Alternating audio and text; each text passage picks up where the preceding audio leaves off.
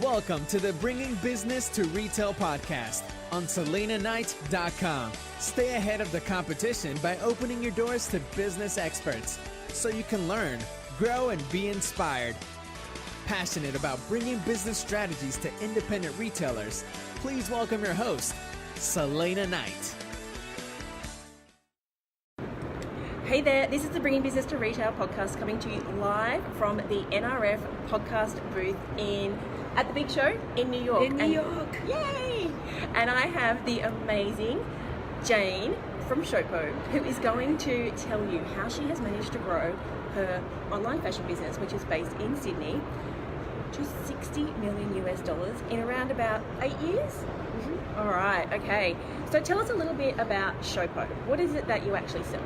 So Showpo is an online store. We're pure play, which means we only sell online and we sell women's fashion. So when we first started, it was mainly party dresses, and we started to expand into separates, and now we're doing we're doing extended sizes. We do like festival wear, occasional wear. We do so many exciting product launches, shoes, accessories, footwear. So anything that a girl wants to wear.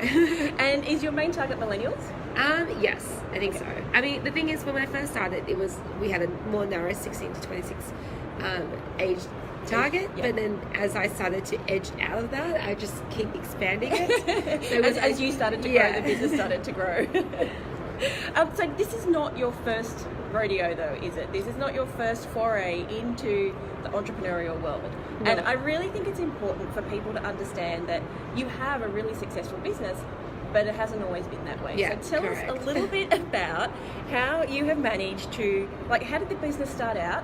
And in fact, what was the pre-business before this business? Yeah, so the business that I had before was, we ran, sorry, I've kind of lost my voice last night. She's been partying way too hard, courtside. We were courtside at a Brooklyn Nets game, and then I was just, cheering this sounds so lame. I know, but as a trooper, she has turned up here live at the show at 10 a.m. to be able to talk to you guys. It's slightly husky. It's kind of like, I kind of like it's like in Friends. Yeah. When Phoebe, she got the cold. She got a really sexy voice. Okay, sorry, I digress. Okay, so the first business, we ran pop-up stores. These pop-up stores stocked emerging labels. So, I've seen other versions that have, since then succeeded, but I think we had just a terrible business model, and I think so we thought we'd do it differently. So think of like a market store where everyone has their own stalls, and the business gets the fee of the stall holders.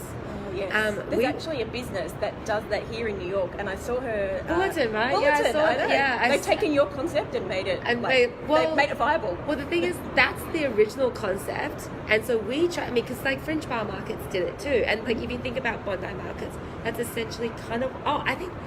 Yes. No. Actually, no. She is doing the concepts that we are doing. I'll tell you. Okay. Sorry, everyone. We're confusing you. I'll tell you what went wrong with us. So. We looked at the Fringe Bar market, or even just any market, and we thought we would take a retailer's commission. So we would sell it on consignment, and we would just take 50%. That's the number we went with, 50% of the sales, and that meant more of an upside if we made a lot of sales. And then we're like, this is great. We're doing a new concept, and we're going to make it work. And then we realized that it didn't work because we didn't a lot of the products, a lot of this emerging designers didn't sell, and that's why no one else had a business idea. No one was buying their product. No, but that's why the business idea never wasn't done by anyone else, because it's not viable. It's crap, So I think that's the biggest lesson I learned. If the business model doesn't work, it's never going to work. Mm-hmm. Whereas I think what these girls are doing, I think there's a huge difference between having a New York space and a Sydney space. But also what they've done is I think their marketing is probably really strong, and their curation. Whereas we took everything, but we had no taking anything for anyone. Exactly, and so we had absolutely no experience or contacts at all. Mm-hmm. We just went to a market and just contacted everyone. Anyway, so it was it was probably the best thing by far to have happened to me, even though at the time I thought it was the worst, because even though we failed, it kind of I wouldn't have started the show without it. So it definitely led to where I am today, because when that business failed, I quit my job for it, and I was working in corporate finance at Ernst & Young. So I quit my job, and it was in the middle of the global financial crisis, so I couldn't get another job. And we're talking probably quite a nice paying corporate job with room to grow. Yeah, lots of rising exciting talent. corporate ladder. Not really. But some people aspire to that. No, I know, but the problem is I was really bad at my job, so it wouldn't have been an easy climb. Right. So when I had no job, no business, I was like, okay, the only thing I can really do right now is to start another business. But you had no job, no business, and a crap ton of debt. Yes, absolutely. Let's not forget that part. So, and no money. But I was like, okay, so I can start a business now in accounting and finance, even though I'm trying to steer away from that, or I can do it in fashion and retail, which is because I had the little experience and the little contacts that I had made. Oh, thanks, Kelly. Jane's got people to bring her coffee. How awesome is that? Yes, it's pretty awesome. So you had the experience, a little bit of experience. Yeah, and even though it was so little, and the thing is, I would have never, if you asked me before this, like, oh, you're going to start a business, what would it be? And I would have never known that it was going to be in fashion or retail, because, even like in high school, like when I was working, I was always in hospitality. So I get that, because I really don't like kids, and I opened a baby shop. Yeah, right. And I think, but it's actually great because it gives you, you're not thinking. I don't think you're so emotionally. You're not emotionally attached to any designs, any products. You, I just love the marketing and business side of it, and then you really, I think, just you're thinking about it from the perspective of the customer, which I think is ideal. Okay, so the big question is, you closed up the pop-up shop / market stall concept, $50,000 in debt. Now I'm going to start a new business. Where the freaking hell did you get the money from? Like, you've got to buy inventory, right? Yeah. So, I don't even know how I had the balls to even just like move on from like not having money. So, so $60,000 in debt. So half of it was like HECS, like, so uni debt. So it wasn't like you have to pay back until you made money. So I wasn't making money, so that's fine. But so basically, at that point, I to start an online fashion store. I think that's one of the only business models you can kind of do this, because you can reinvest your profits. But anyway, so your two main costs with starting a business, an online retail fashion business, is inventory, which is huge, and marketing. Yes. So inventory, I was introduced to a supplier who would sell to me on consignment. Wow. And that's this was 2010. Very rare. That is very rare these days, especially up front. Yeah. And so I only even learnt about this term consignment from the first business, where we was buying from consignment from these emerging designers. And so that's why I kind of like even thought that, it was almost a bit naive to approach people with that. I think so, because... But you never... The thing is, like, you don't know until you ask, and I'm so glad... And I'm someone who, like, just sometimes just don't ask. But I'm so glad, like, because all of a sudden, all I knew was consignment. It didn't seem like such a big deal. So I asked and found myself a supplier that would sell to me on consignment. So what this meant was that, I only had the 40 style product range when it first launched. And that was all from the one supplier? All from one supplier. Was it the same brand by the one supplier? Yeah. Oh, wow. Okay. It was the same brand. And then, so she, but then I would have to go into her office every day and then to pick up anything that I needed to fulfill. So it's like a hassle. It's such a hassle. But, time I had a lot of back then, but money I didn't. I had no job. Yeah, exactly. So as soon as I made enough money, I started to just buy it outright. But that definitely got me over that initial slump and allowed me to kind of test the idea without having to sink more money into it. Yes. And then because let's be honest, even in 2010, e-commerce was still very new. I started my first e-commerce business in 2008. And oh my God, I looked at that website through Wayback Time Machine the other day, and it was like, oh my God, how ugly is that? Yeah. How ugly was it? So even 2010, I know that 8-9 years later now, everything is mobile and it's beautiful and responsive and all these kinds of things. But back in 2010, that was like Web 1.0 in terms of e-commerce. So how did you even build the website?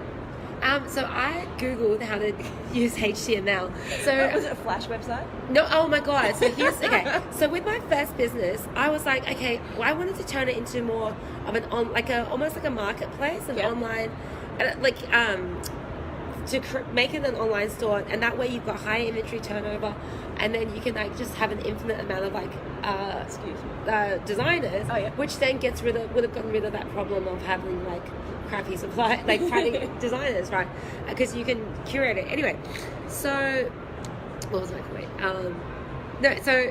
I built a whole website. I took photos of like so many products, all the products we were holding back then, and I built the website on Wix, which at the time was Flash only. Yeah. Which is like not mobile compatible. Do we even have Flash anymore? I don't think Flash so. Yeah, it's not a thing anymore. And then which is lucky because then I learned that with Showpo, because I built this website overnight because I actually started with a business partner who I bought out after a year.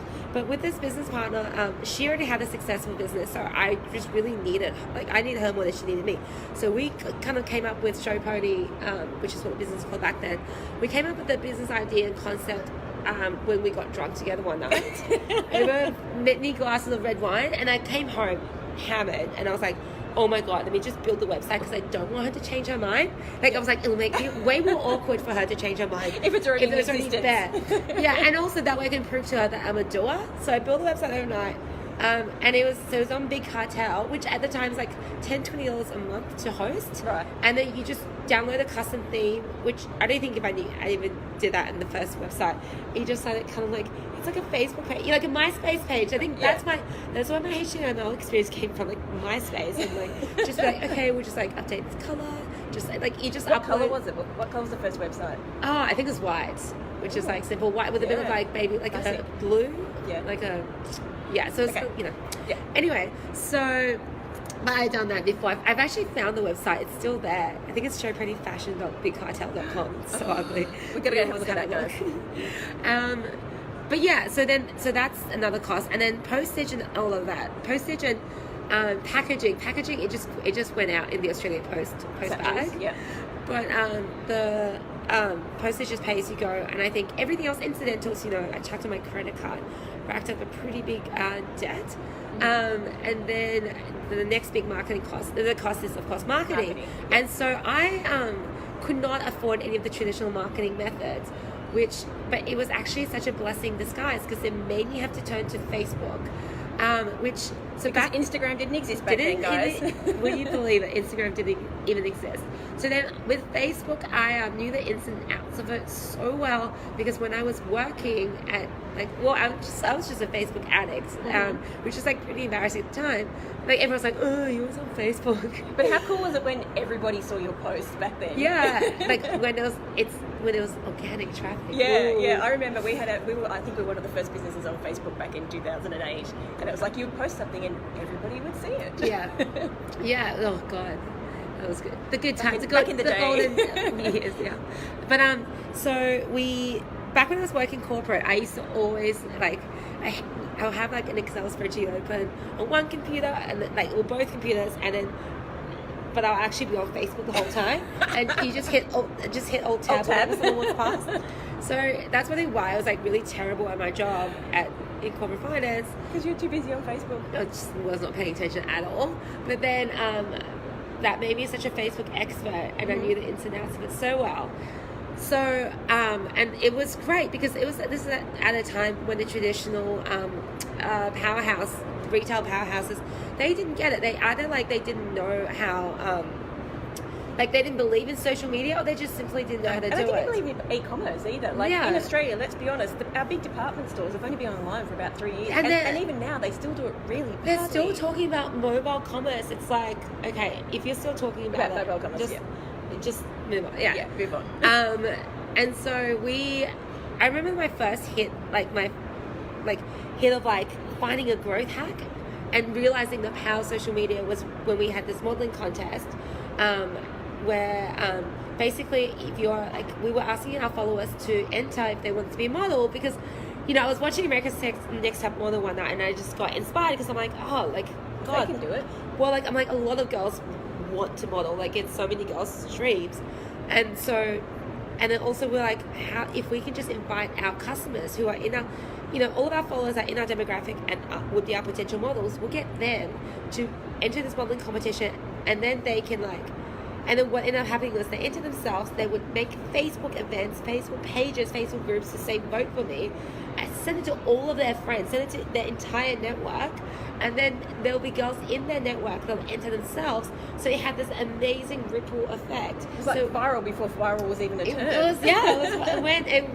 It went viral, and then so do we feel so old in the land of e-commerce in that like 10 years? We've seen everything. So old when if you think about like back, when you think about like the coolest technology at one point that we knew was when you could burn CDs. The process of burning CDs is you got to find a friend who had that CD that you wanted, bring it to like this person who can burn it. We had give a CD them burner. No, I know, but even before then, the process of like you can't even like you need to even find the original product to burn. Yes, like that wasn't the process in itself, you know. Anyway, we are old in the age of technology. Okay. Yeah. So so it went from 3,000 followers to 20,000 in a month for free. It was amazing, and I was like, wow, like Facebook is awesome. Yeah, Facebook is still awesome, guys. Yeah. And so it's funny you say that because when Facebook organic traffic died, I did this interview, and then a passing comment became the headline of this newspaper article that said Facebook is out, Facebook is dead. And it's like Jane Lou says Facebook is dead, but then that's why I'm scared of making bold statements because I can be wrong many times. But as you start to integrate a paid strategy along with your organic. And also just doing more with video, like we've actually we were the most engaging brand on Facebook in Australia last year. Oh, it's like, I'm like, that's thank awesome. you, humble brag. But I was like, oops, I shouldn't have said it. It's dead. Anyway. All right, so let's just quickly jump onto that. Is how do you? Because this is something I really struggle with. Is how do you engage your consumers? Let's just move you over a bit because you're getting on the sun. I'm trying to use my head to form the clips of the sun, but I think it's not working. Okay, let's just move. There you go. And Jane is not significally short. Okay, it's just if you're watching the video, she's actually not that much shorter than me. It's just the angle of the camera. Okay, so how do you manage to? And I'm assuming nowadays you've got a team for this. Yeah. How do you manage to keep your customers engaged? Well, so Kelly, who just bought me my coffee, is she heads up our content team. So it's so fun. We work together on like so many, just like she does so much like in terms of like for example, the blog, and in terms of like our product videos are just more exciting, and we do things that are like. We do things that are like not just there to sell. So for example, after this we're going to do an Insta story series of the A to Z of conferences. Just like, I mean, no one thinks like people don't think conferences are interesting, but we're like, first of all, we're like, let's just have some fun in between our sessions. Yeah. And like, let's just try it. Like, what if it is fun? And so, I think us doing content that isn't just there to sell and just to without that agenda, I think makes us really authentic, and I think that's the first thing to kind of engaging with the audience, because people can see through that straight away. Yeah. Of course we're still here to sell, so we still do, product videos, and people still love those because, if they're able to get something out of it, like if it's like aspirational, or like it's like a fashion tutorial. So I think it's about just like, what's in it for me, for the customer. Yeah, for them. While you've been in New York, have you done any Insta stories or shot fashion on the street? No, not yet. I mean, I've just been at this conference. I know, guys, if you come to a conference, it's literally, you get here at 8 o'clock and you go home, I don't know, sometime, maybe the next day. Yeah. And then if you don't go to the basketball? Yeah, basketball. And there's drinks. I mean, it's a really long day. It's a very, very long day. Okay, so 2010 you started. And then, are you calling it Coachella? Yes, I like that. It is like a festival. It is like a festival. And when you're Australian in an American conference, everybody wants a piece of you. I think they just love that accent. And when you're Jane, everybody even more wants a piece of you. She just gets invited to everything. How are you going? All right, so 2010 we started, and 2015 you were at $10 million turnover. Yes. 5 years, no capital. how did, like, obviously you use social media, but did you just literally reinvest? Sorry, I know I confirmed that number. I think it was actually 2014. Okay. Anyway. All right. I did confirm these numbers. No, she didn't. I did actually just take those off a website. So within the first few years, handful of years, you got to 10 million turnover. Yeah. Using social media as your main marketing. At any point, did there become a cash injection, or did you literally just reinvest Just kept reinvesting profits. What was the most exciting thing is there was a point where there was 4 of us, and we had our first $1 million month.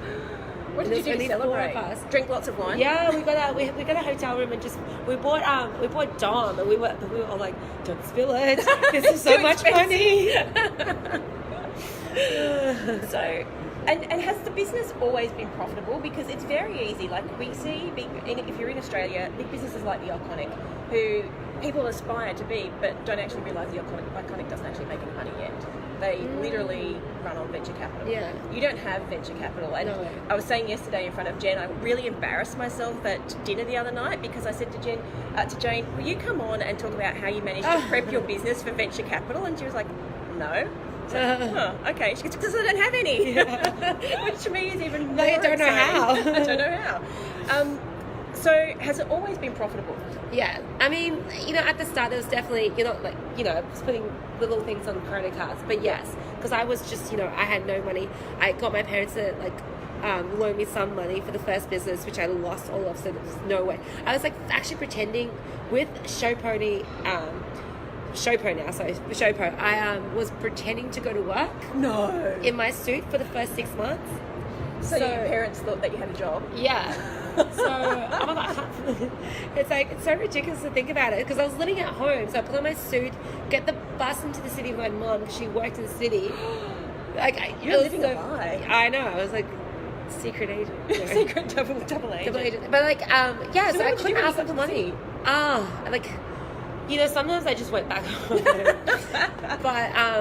But some days, I went to the state library. Well, at the start, I'll go to a cafe with my laptop and then just, try and work on a business idea. And then, man, you're going to have to leave. Yeah, you can only do the coffee thing for, you can't get that many 40 minutes. Yeah. So, just went to the state library, which is where I used to study in high school. Anyway. Okay, so I guess the next question I have for you is in terms of, obviously, even between 2010 and that handful of years later, e-commerce changed significantly. So what your original big cartel site, at what point did you merge that into something different? Yeah. So we've always, what I believe in, it's always grow the business, the whole start with the MVP and then that's test minimum viable product. Sorry. Yeah. Minimum viable product. And then just test and iterate at every stage as you grow. Just because you don't know what customers want, and you don't know the direction your business is going to go down. And if you have it all, if you can plan it, there's just no way. You can't just read a book and think you're going to be able to do the business the way you want. So Big Cartel was a business website I built that cost $20 a month to host. Yeah. And then I think we made up to $22,000 a month on that. Wow. And then with our next business, it was built on big commerce, right? And so that cost $700 to build. We got pretty lucky. I think they undercharged us. Yeah. But that made $140,000 a month. Wow. And then we went to Magento 1, which we are on now, which is just expensive. But Magento is awesome. We make a lot. We talked about this. Jen and I went to the basketball with Magento. I should they're great. Actually, Jen yesterday and I talked about this. Whether do you start as you mean to, and I guess this is a great question. Do you start as you mean to continue? So do you start out on something as robust as Magento, which is amazing? Definitely not. But takes a lot of bandwidth, requires... I love Magento, but it's not for everyone. To me, it's not for the starter. Do you start as you mean to continue, or do you start with MVP and just go, at some point, I'm going to take a chunk of cash to move up to the next I think you start with an MVP, and it depends. Look, if you go to an incubator and go through an incubator and then they give you a lot of money, then don't fuck around with their money and start too small, make something good. Yeah, because there is an opportunity cost to your time if you're just going to be too slow about it. And let's be honest, changing a website is very costly. But these days there's amazing, like, you know, I think even with like, I don't know, I think maybe Shopify or like WooCommerce, there's a lot of like more easy websites you can just play around with. Yes, like if you're going to start your own like retail business, I would just like learn some basic is it coding? I don't know. Yeah, no. Basic coding. Just grab Shopify. Yeah, gives you a pretty website. Yeah, exactly. just do that. Like get something like pre-made, and then just test that, because ultimately, like, it's about whether your product will sell and whether you have you are able to market your products at a lower cost, at a cost of acquisition lower than your contribution margin. Yeah. So that's kind of like, so there's the product element of it, which you have or you don't. But then I think that's the business, because I think operations anyone can like kind of figure out. Not to say operations isn't hard, but you will figure it out. I don't think that's the make or break. I think the make or break is whether you can market your products at a low enough cost to make the business viable. So what do you think that you implemented e-commerce wise to get from 10 million to, and now that was 10 million approximately Australian to 60 million US, because you're now in 100 countries globally. And I would love, we don't have enough time, but I would love to talk to you about how you've managed to personalize that and adapt to different markets. But let's just go back to the story here. So what do you think you implemented tech-wise to get you from 10 million to 60 million to your 100 million that you hope to do in 2020? Tech-wise? Yeah. God, okay. So, I mean, I think one of the great things is to have brought it in-house, which I don't think you can do it like too soon, because of the cost of it, and also just to find like a great CTO that's reliable. When you're a smaller business, you won't have able to get the quality that you can. Yeah. And so I think just having someone in-house build out new products is great. And then I think like choosing the right platform is important as well, I guess. And I think for us, it's just been, God, like it's the website in itself. And I think like being really far out. What's the word when you're like dynamic? She's waving your hands around. Dynamic. Yeah, responsive. Is it responsive? Like you can make your website go to any size. Responsive. Oh my God, sorry. I'm drinking my coffee and so God. Like now everyone's like, why have I just spent half an hour listening to this idiot? Yes, responsive. And I think that was like it sounds really obvious, which is why, but this is 4 years ago, we were like, we have to be mobile first. Yeah, I remember I'm talking about it now. Yeah. I remember paying someone $200 to develop a mobile version of my site, because I remember, we were back on Commerce back then, and I remember looking at the data and seeing that 70% of my orders were coming from a mobile device. Yeah. And I was like, oh my God, but it's so bad on a phone. And so I remember paying $200 or $300 for someone to build us an app, and it was really ugly. It literally had like little boxes that you dropped down with the product. But our sales went up significantly when people could buy so much easily on phone. And now it's a given, right? Yeah. Now it's, they threw some numbers around yesterday, but something like 60% of purchases are done on mobile devices. Yeah, absolutely. So we went from like big commerce, Big Cartel, Big Commerce, Magento, with using an agency. So I think we had a really great agency, but what the agency does is every time you make a request, they will just add a plugin on top of your website. So it got to a point where we went in-house, we had 40 plugins. Magento takes a lot of bandwidth at best at times, and then you've just bloated it out. So we would have, and so our in-house CTO did a rebuild of the site, and then since then, like, no downtime, and he made the website fully responsive. So that was like, I think, the first huge shift. And then of course then we started to develop different features, which I'm not gonna list them for you with now. But then I think the next big thing was like developing our app, which like has taken like so much longer than anticipated. But I think that's something to be expected in like with tech things in general. And so, but it's like a really cool product now. We've just launched visual app search, so you can like take a photo, which is this yesterday. So great for it's so great for our customers, because they actually like, for them it's like, I want to see this like from an influencer. It's not tagged, or like they just see a picture lying on Pinterest, screenshot, send it out. Upload it up, and it says this is the product that you're looking for. That was amazing. How many, now that you've got the app, what percentage of sales do you have versus on, desktop versus mobile versus app? Yeah, I mean, I think the app is like growing-ish to like probably 10 and growing. We need better analytics. But yeah. I'm just curious because the app's quite reasonably new, isn't it? Yeah, it's quite new, yeah. I was just curious to see, and is mobile sales higher than... Way higher, but it's been higher. That's why, as I said, going to these conferences, everyone's like mobile first. I'm like, we started thinking mobile first like 5 years ago, and then like that was when we already had more traffic, and then like 3 or 4 years ago we started already having more mobile sales. And so our biggest challenge, because we knew that mobile is where it's at, and we also know that international is where it's at. So our biggest 2 stats that we would constantly look at is the conversion rate on our mobile side and our conversion rate on our US side, because those are numbers that we want to improve. And so tell me just quickly then, what are you implementing? You sort of alluded to this before, but what are you implementing online? Because a lot of people think that upselling and cross-selling and basically just increasing the average order value can be really difficult if you're not seeing somebody in person. Yeah. So what sort of things have you implemented to increase your average order value? Yeah, so we work, we work with our what do you call it?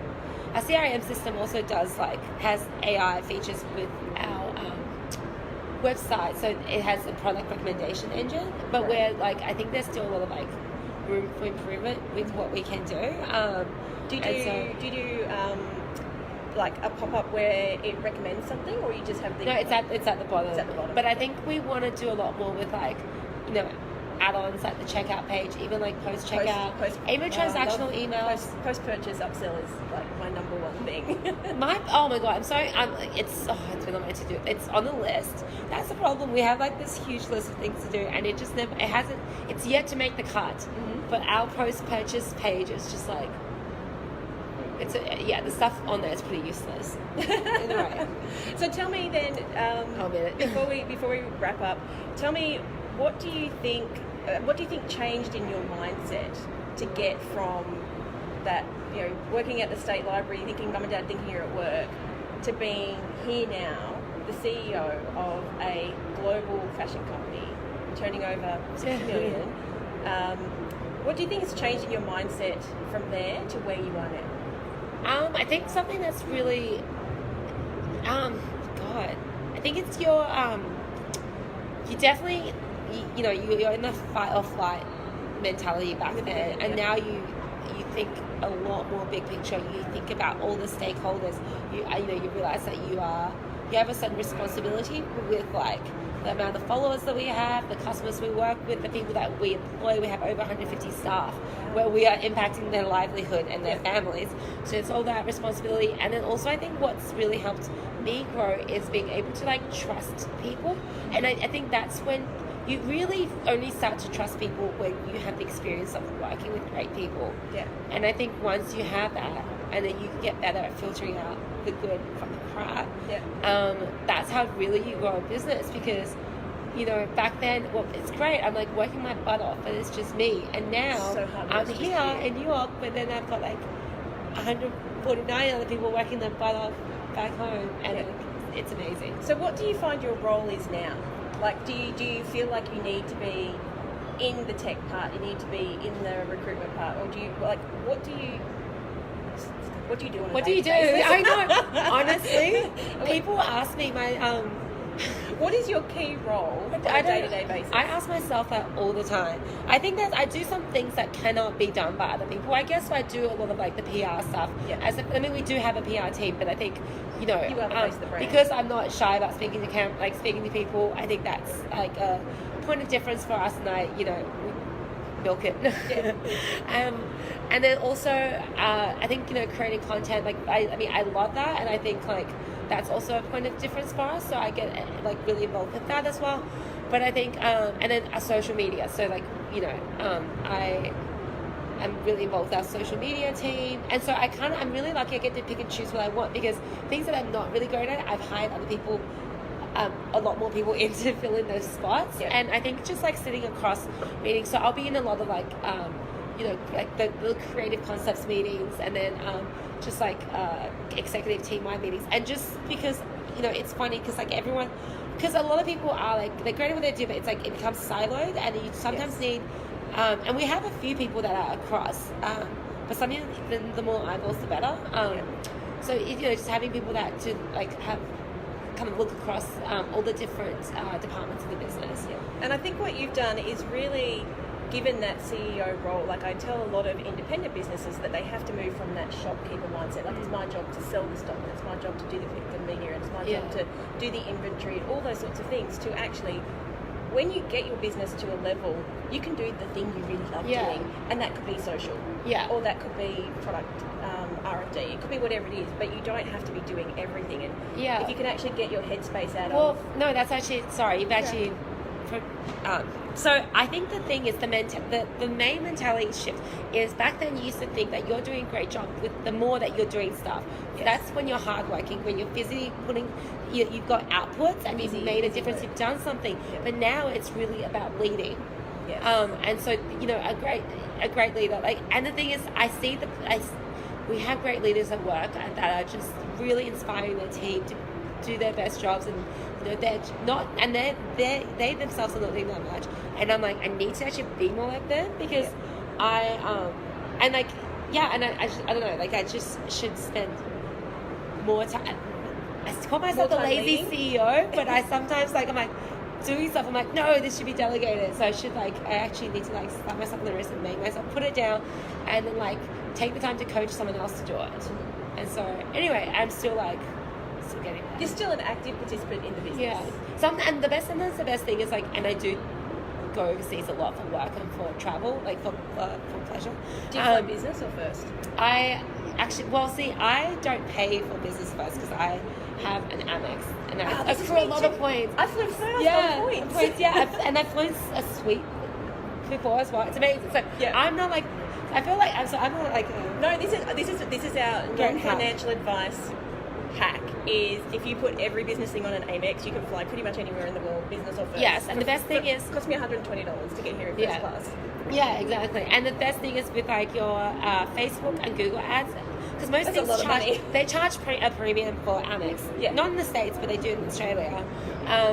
But your ads, which is probably one of your biggest spends, they don't charge a fee, so it's great. It's great, But like every time I go overseas, I actually like, it helps me detach myself and like have to give, like, delegate more. So so I'm in a delegation process right now. Okay, fantastic. All right, so last question, wrapping this all up, and thank you so much for coming on the show. Thank you for sharing having me. all of this.